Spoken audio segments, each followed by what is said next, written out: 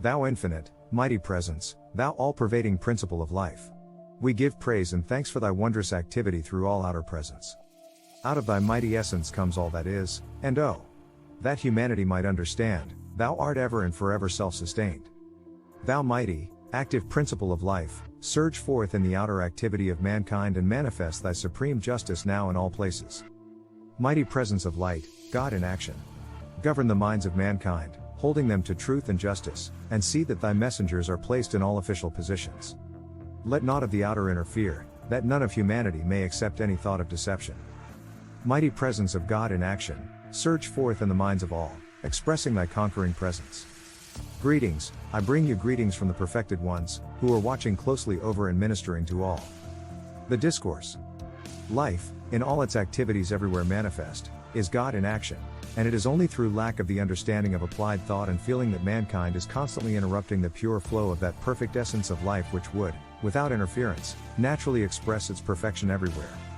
The natural tendency of life is love, peace, beauty, harmony, and opulence, for life cares not who uses it, but is constantly surging to pour more of its perfection into manifestation, always with that lifting process which is ever inherent within itself. I am. I am is the activity of that life. How strange it is that students with sincere interest do not seem to get the true meaning of those two words. When you say and feel I am, you release the spring of eternal, everlasting life to flow on its way unmolested. In other words, you open wide the door to its natural flow. When you say I am not, you shut the door in the face of this mighty energy. I am is the full activity of God. Having placed before you so often the truth of God in action, I wish you to understand its first expression in individualization. The first expression of every individual, everywhere in the universe, either in spoken word, silent thought or feeling, is I am, recognizing its own conquering divinity. The student, endeavoring to understand and apply these mighty, yet simple laws, must stand guard more strictly over his thought and expression in word or otherwise, for every time you say, I am not, I cannot, I have not, you are, whether knowingly or unknowingly, throttling the great presence within you.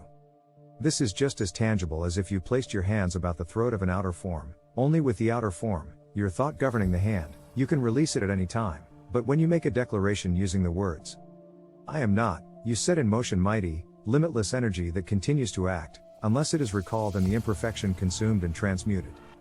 This shows you the enormous power you have to qualify this mighty energy of God, and I tell you beloved students, dynamite is less dangerous, for that would but liberate you from the body, while these thoughts sent forth ignorantly and ungoverned bind you upon the wheel of re-embodiment indefinitely. Thus you can see how important it is for you to know what you are doing when you thoughtlessly use wrong expressions, because you are using the most divine principle of activity in the universe, I am. Do not misunderstand me, this is no idle, foreign, or oriental expression, but the highest principle of life used and expressed throughout every civilization that has ever existed, for the first expression every self-conscious form of life gives is I am.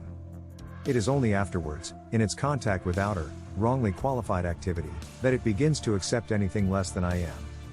Now dear students, do you not see that when you say I am sick, you are just reversing this principle of life, which is naturally all perfection, thus requalifying it by your willful ignorance with something which it never naturally possessed. Through long centuries of willful misunderstanding, humanity has charged the very atmosphere about them with falsehood and unreality, for I need not say to you that when you say I am sick, it is an abject falsehood in respect to your divinity, which cannot be sick. Does this sound harsh to you? Then I say, think it over, and you will see what a blessing and release it can be to you.